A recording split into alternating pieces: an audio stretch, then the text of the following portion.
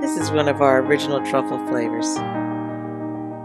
We call it Spoil Me. We start with the milk chocolate ganache made with premium milk chocolate and organic cream.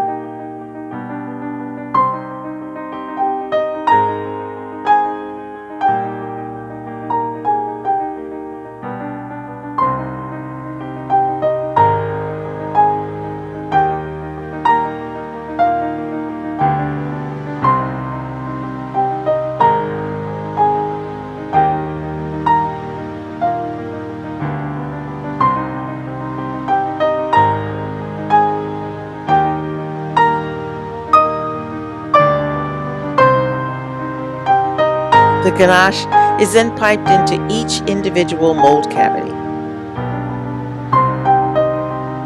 We allow it to cool in the refrigerator.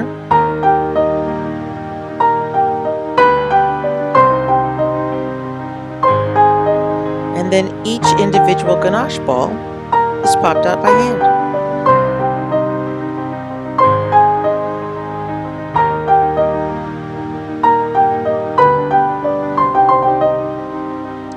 Finally, the ganache is hand-dipped in milk chocolate.